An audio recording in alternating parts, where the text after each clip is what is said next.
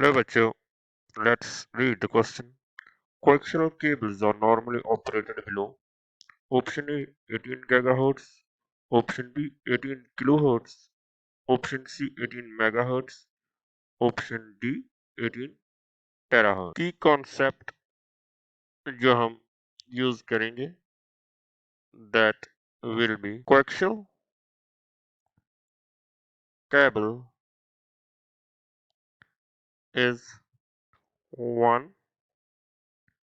among commonly used transmission media.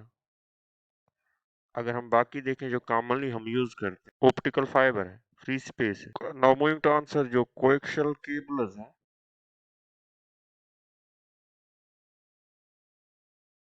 They are used for transmission of, अगर हम अब देखें जो मैक्सिमम लिमिट है कहाँ तक हम इनको यूज करते हैं, ऑफ सिग्नल बिलो